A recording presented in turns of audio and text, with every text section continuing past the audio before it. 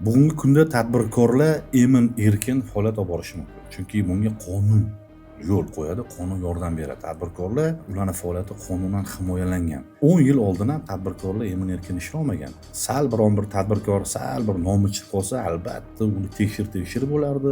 U tadbirkor bilan nechta firma oldi berdi qilgan bo'lsa, qarama-qarshi tekshiruv degan tushuncha bo'lardi tergovda, ya'ni встречка deyilardi, встречный tekshiruv. Nechta firma u bilan oldi berdi qilgan bo'lsa, hammasini tekshirardi. Bu bechora tadbirkorlar bankrot bo'lib, kasod bo'lib ketardi. Bugungi kunda bu amaliyot yo'q. Bugungi kunda amaliyot yo'q. Agarda tadbirkorni soliqdan ozgina qarzdorligi bo'lsa, to'g'ridan to'g'ri jinoyat ishi ham qo'zg'atilmaydi. Ozgina vaqt beriladi. Soliqni to'lab qo'y bo'ldi. Solig'ini to'laydimi, jinoiy javobgarlikdan ham ozod bo'ladi. Jinoyat ishi ham qo'zg'atilmaydi. Va hatto tadbirkorga bugungi kunda oddiy bir ichki ishlar bo'limini tergovchisi yoki tuman prokuraturasining tergovchisi jinoyat ishi qo'zg'ata olmaydi. Unga faqatgina Toshkent shahar prokurori va viloyat miqyosidagi prokurorlar jinoyat ishi qo'zg'ata oladi. Mana shuni o'zi ham tadbirkorlar bugungi kunda qonun himoyasida ekanligidan bir dalolat.